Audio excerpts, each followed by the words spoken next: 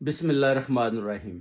بچوں کو جیسے کہ آپ دیکھ سکتے ہیں کہ پیدائشی ان کو کچھ دکھائی نہیں دیتا، ان کو سنائی نہیں دیتا۔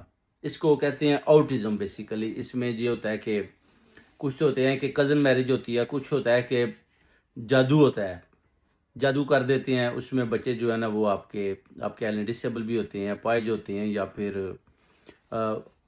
اندھے ہوتے ہیں، گونگے ہوتے ہیں، بہرے ہوتے ہیں۔ تو ان کے لیے پھر جو ہے نا ان کا بھی توڑ ہے میرے پاس، جو ہے نا اپنا پڑھنا ہوتا ہے۔ اس میں کافی جو ہے نا اپنا اچھے اچھے وظائف ہیں۔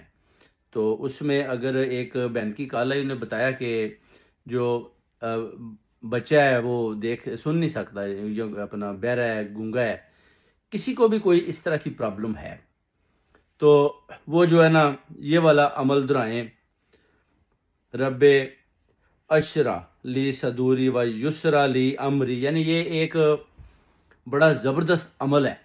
اس سے جو آؤٹزم ہے نا، جیسے آپ دیکھتے ہوں گے کہ لوگ بڑے ہو جاتے ہیں تو وہ اپنے بازو کے اوپر اس طرح وہ چھریاں بھی مارتے ہیں، جب بلڈ نکلتا ہے تو ان کو بڑا نا پیس فیل کرتے ہیں۔ تو یہ ایک ڈپریشن بھی ہوتا ہے، مگر آؤٹزم کی بیماری، آؤٹزم اس کو کہتے ہیں۔ تو بچوں میں یہ پایا جاتا ہے، اگر شروع سے ہی یہ دعا پڑھ لی جائے تو وہ آہستہ آہستہ ٹھیک ہونا شروع ہو جاتا ہے۔ جب بچہ 15-16 ایئر تک چلا جاتا ہے تو اس کا آؤٹزم بھی اگر بہت بڑا بھی ہو تو ختم ہو جاتا ہے، چھوٹے بچے کا ہو تو وہ شروع سے ہی ختم ہو جاتا ہے، پھر اس کو پتہ بھی نہیں چلتا، اور جب جوان ہو جاتا ہے تو بالکل ٹھیک ہوتا ہے۔ اگر اس پر آپ دھیان نہ دیں تو اگر آپ نہیں پڑھتے تو پھر وہ درخت کی طرح بڑا ہو جائے تو پھر اس کو ختم کرنا ناممکن ہو جاتا ہے۔ اسی لیے یہ جو اپنا اس طرح بچے پیدا ہوتے ہیں جو سن نہیں سکتے، ان کے لیے آپ نے یہ جو میں نے آپ کو وظیفہ دیا ہے، یہ آپ نے فجر کی نماز اور عشاء کی نماز کے بعد آپ نے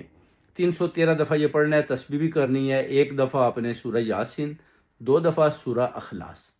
اس کے بعد آپ نے اول اینڈ آخر میں درود شریف بھی پڑھنا ہے، دعا کرنی ہے، منہ خانہ کعبہ باوضو ہو کر اللہ تعالیٰ کے سامنے گڑ گڑانا ہے، اور یہ ہدیہ آپ نے اہل بیت کی نظر کر دینا ہے۔